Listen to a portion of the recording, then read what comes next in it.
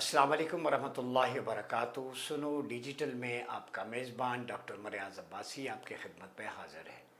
ناظرین، آج ہم بات کریں گے development of sciences in Islamic perspective, جو علوم کا فروغ ہے وہ اسلامی تناظر میں۔ جب ہم علم کی بات کرتے ہیں اسلامی تناظر میں تو مختلف سائنسز آتی ہیں، برانچز جو ملٹی سائیڈڈ ہیں، اس پہ قرآن نے بھی سیرت میں بھی اس پہ ہمیں بحث ملتی ہے، اور بالخصوص آپ صلی اللہ علیہ وسلم کی سیرت طیبہ کا اگر ہم مطالعہ کریں تو عصر حاضر کی نہایت اہم علمی سائنسی ثقافتی ضرورت ہے سیرت کا مطالعہ۔ آپ کی حیات طیبہ کا یہ پہلو تاریخ کا عظیم اور نادر المثال نمونہ ہے۔ آپ صلی اللہ علیہ وسلم نے تاریخ انسانیت میں علم، فن، فکر و فلسفہ، سائنس، ٹیکنالوجی اور ثقافت کے نئے اسالیب، نئے میتھڈز آپ صلی اللہ علیہ وسلم نے متعارف کروائے، ٹھیک ہے، اور دنیا علمی اور ثقافتی حوالے سے ایک نئے دور میں، نئے ایرا میں داخل ہوئی۔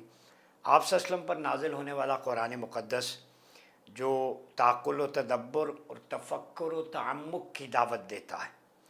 افلا یا تعقلون، تم عقل سے کام کیوں نہیں لیتے؟ قرآن میں ہے ریشنل اپروچ کو اپنانا، کسی چیز میں ڈائیو کر کے اس کے معرف و معانی اور تھیمز اور لیسن کو سمجھانا۔ پھر افلا یتدبرون، وہ غور و فکر کیوں نہیں کرتے؟ سورہ یوسف میں، سورہ نساء میں اللہ نے فرمایا۔ پھر وَيَتَفَكُّرُونَ فِي خَلْقِ السَّمَاوَاتِ وَالْأَرْضِ، جو لوگ آسمانوں اور زمین کی تخلیق میں غور و فکر کرتے ہیں۔ آل عمران 191 میں فرمایا کہ زمین و آسمان کی تخلیق میں غور و فکر کرنا، یہ ایکولوجیکل اسپیکٹ آ جاتا ہے، کاسمولوجیکل سائنسز آ جاتی ہیں اس میں۔ تو اللہ نے اپنے کلام برحق میں بار بار انسان کی عقل کو، اس کے وجدان کو، اس کے ریشنل اپروچ کو، اس کی تھاٹ کو جھنجھوڑا ہے، اور انسان اور کائناتی حقائق اور آفاقی نظام جو ہے اس کو سمجھنے پر زور دیا ہے، ٹھیک ہے۔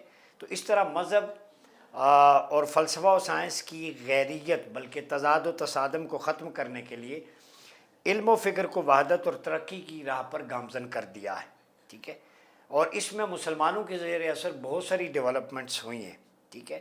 اب آگے دیکھیں تو آپ صلی اللہ علیہ وسلم معلم انسانیت تھے، اور آپ کی بعثت سے قبل دنیا میں علم، فلسفہ اور ترقی کا جو بھی معیار تھا اس کی بنیاد سوکریٹ یعنی سقراط، پلیٹو یعنی افلاطون اور ارسطو یعنی ایرسٹوٹل کے دیے گئے نظریات پر مشتمل تھی۔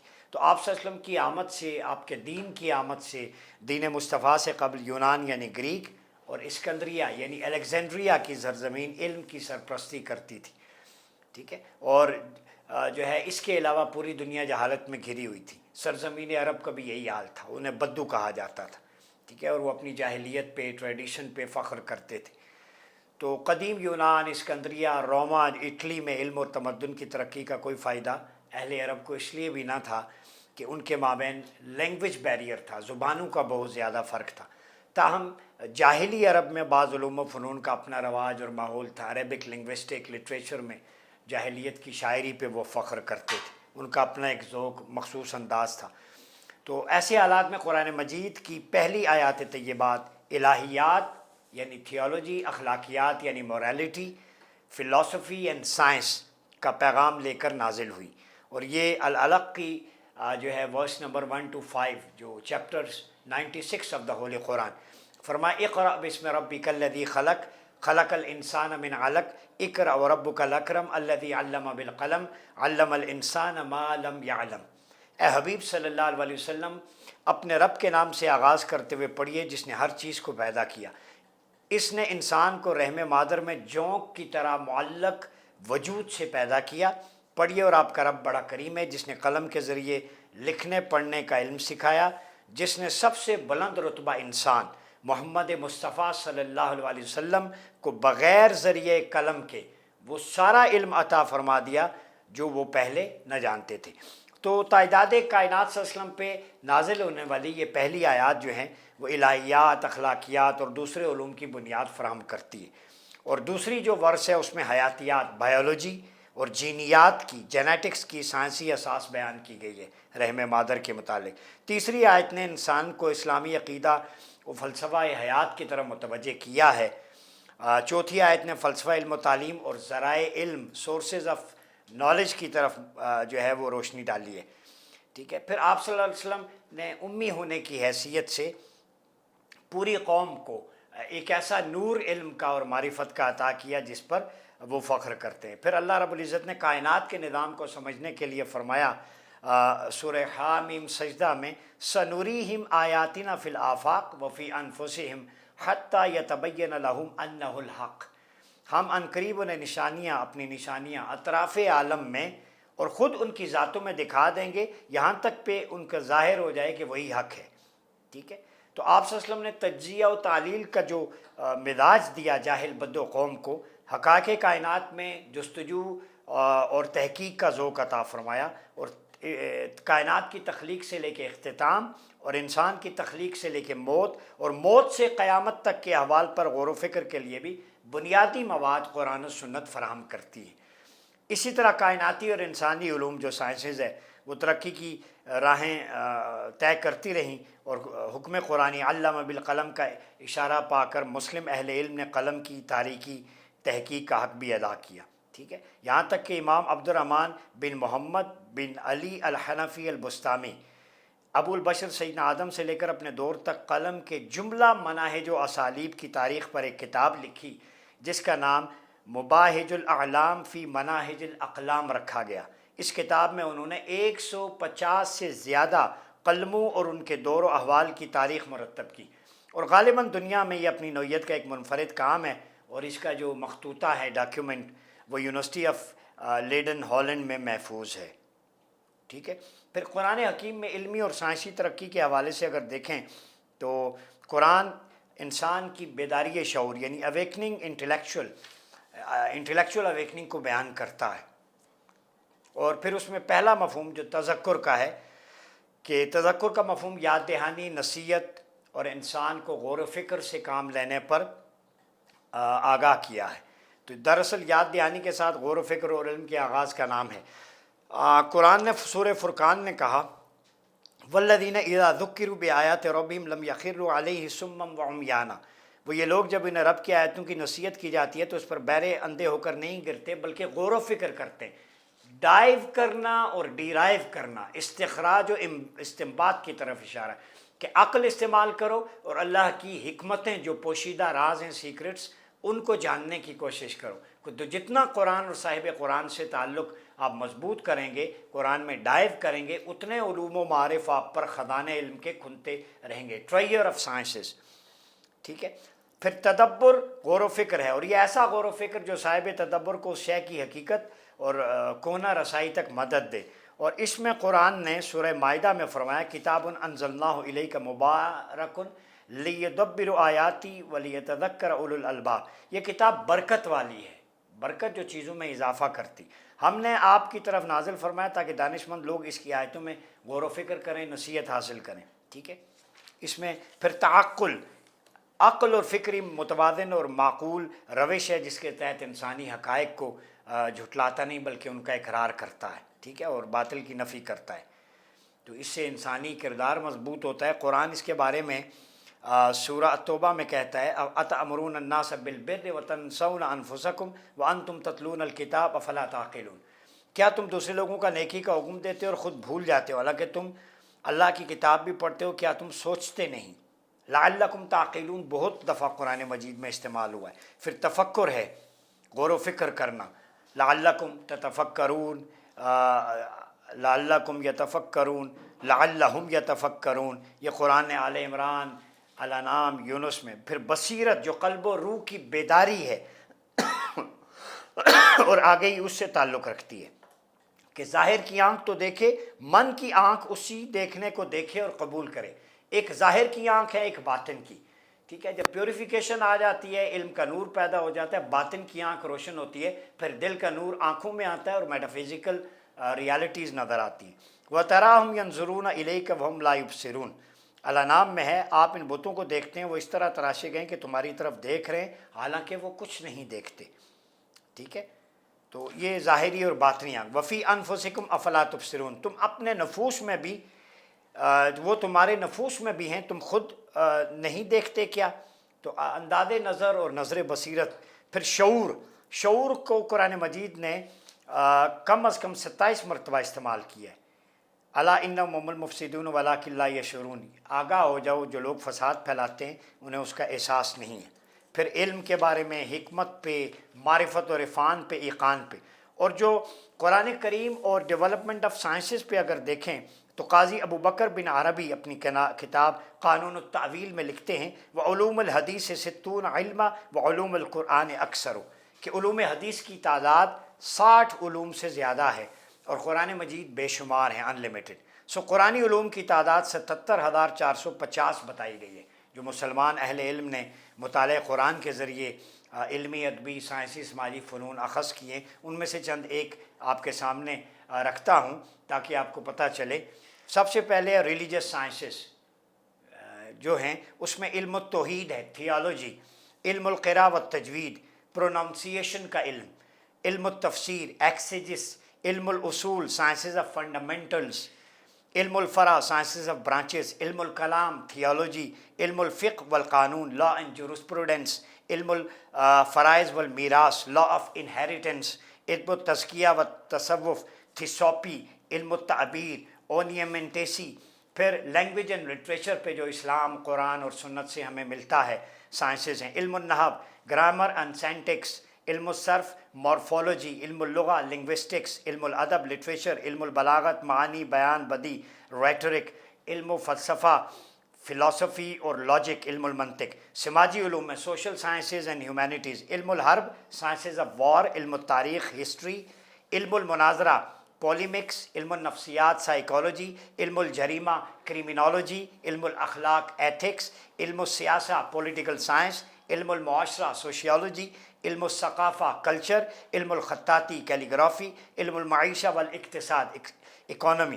پانچویں طبی علوم جو فزیکل سائنسز ہے، علم الکیمیاء، کیمسٹری، قرآن میں ذکر ہے، علم الطبیعیات، فزکس، علم الحیاتیات، بایولوجیکل ایوولوشن، یہ بھی قرآن میں ہیومن سائنس کا، علم الجبر والمقابلہ، الجبرا، علم النباتات، بوٹنی، علم الزرع، آرگونومی، علم الحیوانات، زوالوجی، علم الطب، میڈیکل سائنس، ادویہ، فارمولوجی، علم الجنین، ایمبریالوجی، علم التخلیقات، کوسمولوجی، علم کونیات، کوسموگنی، علم الحیات، ایسٹرونومی، علم جغرافیہ، جیوگرافی۔ پھر 43 پہ علم الارضیات، جیولوجی، علم الآثار، آرکیالوجی۔ 45 پہ علم المیقات۔ اس طرح احادیث نبوی میں بھی ہزارہا سائنسز ہیں اور ان پر تحقیق کے ذریعے اس سے استفادہ کیا گیا۔ سیدنا علی کرم اللہ وجہ الکریم نے آقا کی بارگاہ میں عرض کیا آپ کی سنت کیا ہے؟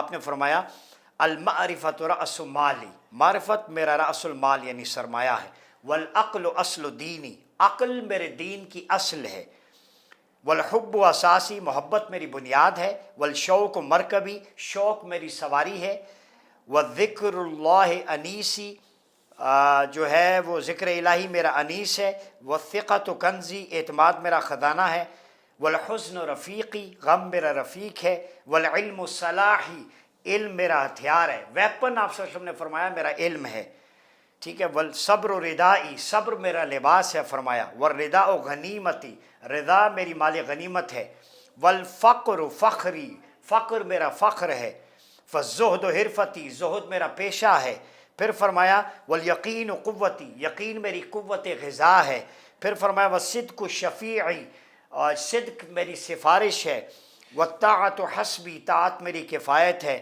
والجہاد خلقی، جہاد میرا خلق ہے، وقرۃ عینی فی الصلاۃ، اور نماز میری آنکھوں کی ٹھنڈک ہے۔ اور اسی طرح کئی احادیث میں علم اور دوسری چیزوں کے بارے میں سوال کیا۔ پھر آگے اگر ہم اس چیز کو دیکھیں مختلف ادوار میں، تو آپ صلی اللہ علیہ وسلم نے فرمایا کہ امیر المومنین سیدنا عمر فاروق رضی اللہ تعالیٰ عنہ جو ہے وہ فرماتے ہیں، ایک دن آقا نے ہمیں فجر کی نماز پڑھائی، ممبر پر جلوہ افروز ہوئے، خطبہ دیا، فجر کا وقت آ گیا، تو آپ صلی اللہ علیہ وسلم نے وہ چیزیں بتا دی، یعنی ما کان و ما یکون، جو ہو چکا ہے، جو ہونا ہے قیامت تک، ساری سائنسز، اور جو حافظ کرنے والا تھا حافظ کر گیا۔ تو سائنسز کا کمبینیشن ایک حدیث میں آپ صلی اللہ علیہ وسلم نے پورے کا پورا ایک سیشن میں بیان کر دیا، اور قرآن میں جو ہوا اس کی ایکسپلینیشن بھی کی۔ پھر حضرت عمر فاروق فرماتے ہیں کہ ایک دن آپ صلی اللہ علیہ وسلم کے درمیان کھڑے ہوئے تو آپ نے مخلوق کی پیدائش کا ابتدا سے ذکر فرمانا شروع کیا، یہ کاسمولوجیکل سائنسز، ڈفرینٹ جو سائنسز ہیں ان کے بارے میں، یہاں تک کہ جنتی اپنے مقام پر پہنچے دوست کی اپنی، یعنی ابتداء خلق، کریشن آف یونیورس سے لے کر اہل جنت کے داخل ہونے تک، اور تمام کچھ جو بھی تھا وہ آپ نے بیان فرما دیا. ٹھیک ہے. تو رسول اللہ صلی اللہ علیہ وسلم سے ہم سے رخصت ہوئے، حضرت ابو ذر فرماتے ہیں تو اس قدر علم بیان فرمایا کہ آسمانی فضا میں ایک پرندہ ہے جو پر کو کیسے حرکت دیتا ہے، آپ نے اس کا بھی بتا دیا. ایروپلین کے جو پر ہیں اس کی طرف سمبولیکلی اشارہ ہے. حرکت کے قانون یعنی لا آف موشن کا علم بیان کیا ہے، پرندوں کے پر کی حرکت کیسے ہوتی ہے، یہ حدیث سے بیان کیا ہے لا آف موشن. عبداللہ بن عمر بیان کرتے ہیں، آپ صلی اللہ علیہ وسلم فرمایا سیکون فی آخر حاضر الامہ رجال یرکبون علی المیاسر. حاکم مستدرک کی حدیث ہے، ان قریب میرے امت کے دور آخر میں لوگ گوشت پوش ہڈیوں کے جانوروں کی بجائے دوسری سواریوں پر سفر کریں گے، یعنی موٹر کار، ہوائی جہاز. اس میں اشارہ بہت پہلے آپ صلی اللہ علیہ وسلم نے دے دیا تھا. اس حدیث میں میکینیکل ٹیکنالوجی کی ترقی کی طرف اشارہ ہے. ابو موسیٰ اشعری سے مکان اور زمان سے متعلق، ٹائم اینڈ سپیس کے متعلق دور جدید کی سائنسی ترقی کے بارے میں حضور صلی اللہ علیہ وسلم کا فرمان یوں مروی ہے، جسے ہندی نے کنز الاموال میں بیان کیا، لا تقوم الساعة حتى يتقارب الزمان ولا تزوي الارض ضیاء. اس وقت تک قیامت منعقد نہیں ہوگی جب تک زمان وقت کی اکائیاں اور زمین کے فاصلے سمٹ کر ایک دوسرے کے قریب نہ آ جائیں. ٹائم اینڈ سپیس تھیوری، تیہ زمانی اور مکانی کا کانسیپٹ، نیوٹن کے لا آف موشن، آئنسٹائن کی تھیوریز، تو بہت بات کی بات ہے، آپ صلی اللہ علیہ وسلم نے اس وقت فرما دیا. حدیث ابو زہریہ ہے کہ آپ صلی اللہ علیہ وسلم فرمایا اللہ نے آخری زمانے میں علم کے دنیا کے گھر گھر میں پھیلا دوں، مرد عورت غلام آزاد چھوٹے بڑے سب اس کو پا لیں گے. پس جب میں لوگوں کے ساتھ یہ معاملہ کر لوں تو اپنے حق واجب کی بنا پر اس کی گرفت بھی کروں گا. تو آپ صلی اللہ علیہ وسلم کی یہ خبر بھی آڈیو ویڈیو سسٹم، ٹیلی ویژن، کمپیوٹر، انٹرنیٹ اور دیگر الیکٹرانک میڈیا کے عام ہونے کی صورت میں واقعہ بن چکی ہے. تو اس حدیث کی پریڈکشن بھی سچ ثابت ہوئی. پھر آپ صلی اللہ علیہ وسلم نے فرمایا کہ بہائم، تفتیشی کتے، دیجور جانے انسان سے ہم کلام ہوں گے، آدمی کے چابک کا دستہ، جوتے کا تسمہ اس سے کلام کرے. مراد ٹیلی کمیونیکیشن اور انٹیلیجنس کے خفیہ حساس آلات ہیں، یعنی سائنسی ترقی کے دور میں ان کی آوازیں آتی ہیں. اے آئی ہے، مشین لرننگ ہے. تو یہ آپ صلی اللہ علیہ وسلم نے اے آئی اور مشین لرننگ یعنی انسان کی اعضاء کی مانند جاسوسی کی آلات، اس کی 1400 سال پہلے یہ سائنٹیفک ایکسپلوریشنز کی آپ صلی اللہ علیہ وسلم نے خبر دے دی تھی. ٹھیک ہے. آپ کتنے خوش بخت ہیں، اس نبی کی امتی ہیں جنہوں نے آج کی سائنٹیفک ڈیولپمنٹ کو پہلے سے ہی بیان کر دیا تھا. ٹھیک ہے. فلپ کے ہیٹی اس پہ گواہ ہے، مختلف نے گواہیاں دی کہ اسلام نے کس طرح ان چیزوں پہ بحث کی. پھر ہر صدی میں کوئی نہ کوئی مسلمان سائنسدان تھا. میں مختصر کر رہا ہوں کہ آغاز اسلام سے 14ویں صدی تک ہر صدی کو کسی نہ کسی مسلمان سائنسدان سے موسوم کیا. 8ویں صدی کے دوسرے نصف میں جابر بن حیان جو امام جو ہے جعفر الصادق علیہ السلام ائمہ علیہ بطحار کے چھٹے امام کے شاگرد تھے. 9ویں صدی کا پہلا نصف محمد بن موسیٰ الخوارزمی الجیومیٹری الجبرا. 9ویں صدی کا دوسرا نصف ابو بکر محمد بن زکریہ الرازی. دوسرا نصف ہے، پہلا نصف 10ویں صدی کا محمد بن ابو الحسن بن علی مسعودی. 10ویں صدی کا دوسرا نصف ابو الوفا جرجانی. پھر 11ویں صدی میں البیرونی. 11ویں میں ابن الفتح عمر خیام. پھر ابن زبیر، ابن رشد 12ویں صدی میں اویرس. 13ویں میں ابن بیتار. 13ویں میں محمد بن مسعود. 14ویں میں اسماعیل بن عماد. 14ویں صدی کا دوسرا نصف ابن خلدون جو لنگوسٹک اور ہسٹری کا جو ماہر بیان کیا جاتا ہے. پھر علم فقہ والقانون کو دیکھیں، لا جسپروڈنس. امام ابو حنیفہ نے جو دوسری صدی کے اوائل میں ہی تاریخ کے قانون میں جو اضافہ کیا وہ آج تک مینارہ نور ہے. آپ کے تلامذہ میں امام ابو یوسف محمد بن حسن شیبانی نے 6 کتابیں لکھی: جامع الصغیر، جامع الکبیر، السیر الکبیر، السیر الصغیر، المبسوط، الزیادہ، جو پرائیویٹ انٹرنیشنل لا اور پبلک انٹرنیشنل لا کی جو اتھینٹیکیشن ہے. تو پھر امام اعظم کی فرمودہ تناظیم مرتب کی. بعد ازاں امام سرخسی نے شرح السیر کے نام سے 4 جلدوں پر شرح لکھی اور اپنے دور کے سٹریک اور اوپنزم کے اعتبار سے بھرپور مجموعہ تھا. امام سرخسی کی 30 جلدوں پر مشتمل ضخیم کتاب المبسوط قانون یعنی لا پر آج سے تقریباً 1000 سال کا لکھا ہوا ایک نادر المثال مجموعہ اور انسائکلوپیڈیا ہے. لا پہ وہ ایک ریسورس ہے، اوریجنل بک اور انسائکلوپیڈیا ہے. یہ مسلمانوں کے کارنامے. یہ تاجدار کائنات کے عطا کردہ فیض کا علم تھا کہ ڈارک ایجز کے نام سے جس کو دور کیا جاتا تھا، اس کا وہ علم اور معرفت کے نور سے منور ہو گیا۔ ہم اس کو وائنڈ اپ کریں تو امام ابو حنیفہ کی کتاب ظاہر الراویہ، جن میں انہیں شاگرد امام محمد نے مرتب کیا، پھر امام مالک کی موطا، امام شافعی کی کتاب الام، دیگر ائمہ کی تصانیف کے ذریعے فقہ و قانون کا عظیم سرمایہ ہمارے پاس موجود ہے۔ پھر فقہ حنفی میں سرخسی کی مبسوط، مرغنانی کی ہدایہ، ابن حمام کی فتح القدیر، کاسانی کی بدائع و ثنایا، فقہ مالکی میں ابن سہنون کی المدونۃ الکبریٰ، ابن جزری کی القوانین الفقہ، ابن فرحون کی تبصرۃ الحکام، الخطاب اور خرشی کی شرح المختصر ہیں۔ فقہ شافعی میں نووی کی المجموع، غزالی کی الوجیز، بصیر کی النہایہ وغیرہ۔ فقہ عملی میں ابن قدامہ کی المغنی اور ابن قیم کی اعلام الموقعین عن رب العالمین، ابن حزم کی المحللی، قرافی کی الفرزوق وغیرہ، اور فقہ جعفریہ میں الحلی کی شرائع الاسلام، جواد مغنیہ کی فقہ الامام جعفر الصادق اور فقہ علی مذاہب الاربع الجزیری جیسی کتب مرتب ہوئیں، جو کیس لا پر فتاویٰ اور شرعی فیصلہ جات، جوڈیشل ڈیسیژن کے فتاویٰ قاضی خان، فتاویٰ بزازیہ، فتاویٰ ابن تیمیہ، فتاویٰ نووی، فتاویٰ امام سبکی، فتاویٰ ہندیہ جیسے مرتب ہوئے۔ پھر ایڈمنسٹریٹو اور فکسل اینڈ ٹیکسیشن لا میں امام ابو یوسف اور یحییٰ بن آدم کی کتاب الخراج اور ابو عبید قاسم بن سلام کی کتاب اموال اوائل دور کے بہترین علمی شاہپارے ہیں، ٹھیک ہے۔ اور اس میں قانون پہ جو امام زید بن علی کی المجموع بھی اس پر مفصل باب شامل ہے۔ امام مالک، ابو یوسف، محمد اوزائی، شافعی اور دیگر نے بھی اس موضوع پر بہت امپورٹنٹ کام کیا ہے۔ تو آج کا موضوع یہاں تک، اگلے پہ پھر آئیں گے کہ قرآن نے بایولوجیکل سائنسز ہوں، کیمیکل ہوں، ڈفرینٹ سائنسز پہ نہ صرف قرآن نے اس پہ جو ہے ایکسپلور کیا ہے، آپ صلی اللہ علیہ وسلم کی حدیث، سیرت، پریڈکشن موجود ہیں۔ پھر پہلی صدی سے 8ویں تک جو ہمارا گولڈن پیریڈ، اس میں ڈفرینٹ سائنسز میں، چاہے لا ہو، کاسمولوجی ہو، چاہے اینیمل سائنسز ہوں، زوالوجی، باٹنی، مسلمان سائنسدانوں نے کام کیا۔ ضرورت اس امر کی ہے اس کو ایکسپلور کریں، ریوائیو کریں، نوجوان نسل اس سے سیکھے اور دوبارہ اپنے علم اور تعلیم سے تعلق پیدا کرے، تاکہ ہم پاکستان کو اور پھر اسلامی دنیا میں سائنس اور ٹیکنالوجی میں، ڈفرینٹ سائنسز میں آگے بڑھ سکیں۔ اپنا بہت خیال رکھیے گا۔ اپنے میزبان ڈاکٹر عمر ریاض عباسی کو اجازت دیجیے۔ اللہ حافظ۔